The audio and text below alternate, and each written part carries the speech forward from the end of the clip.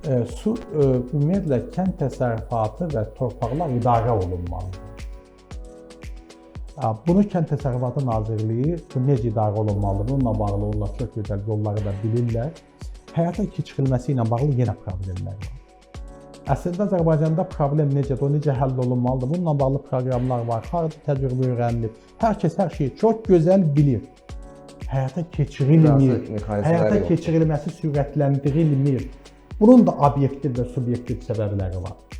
Siz Azərbaycanda hər hansı bir problemi göstərən aidiyyatı dövlət qurumu ilə danışın. Onlar sizə proqram göstərəcəklər, problemləri necə həll yollarını deyəcəklər.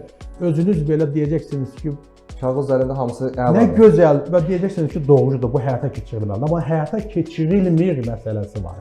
Ya vəsait yoxdur, ya vəsaiti almaqda çətinlik çəkirlər, ya müraciəti vaxtını verəmirlər, ya da ki, vəsait ayrılır, onu həyata keçirmədən büdcəyə qaytarırlar. Artıq bu bacarıqsızlıqdır. Kompetensizlik olur bu. Bu belə bunlar da var. Məsələn, deyək ki, elə məsələlər var, məsələn, torpaq planlaşdırılmalıdır. Sən əgər su ora çatdırılacaqsa, bəri başdan aidiyyatı qurumlar, icra hakimiyyəti qarşı tövsiyə olunmalıdır ki, sən gidib orada o taxılı əkirsən, sən orada pambığı əkirsən, amma riskdir bu. Sən ona ola bilsin ki, quraqlıq keçsin, sən onu suvara bilməyəcəksən, əkmə var. Quraqlığa davamlı başqa bir şey. Ya da gözlə bu nəsə də, yəni ona deyilməlidir. Və yaxud bəli, quraqlığa məsələn biri çayın bu hissəsində deyək çaya daha yaxın yerdə suya ehtiyacı olmayan bitki əkir, 10 kilometr kənarda suya hər gün ehtiyacı olan bir bitkini əkir. Bu nəzərə alınmalıdır, bütün bunlar planlaşdırılmalıdır. Fermerə də deyilməlidir ki, etmə bunu.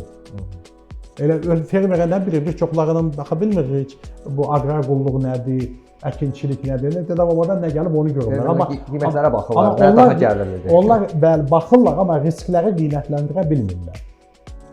Və aidiyyatı dövlət qurumlarının, icra hakimiyyətlərinin məsuliyyəti və vəzifəsidir ki, o riskləri onlara başa salsınlar. O riskləri onlara desinlər, sən burada kirsən, sonra mənim qapıma gəlmə, su istəmə, mən bura su verə bilməyəcəm.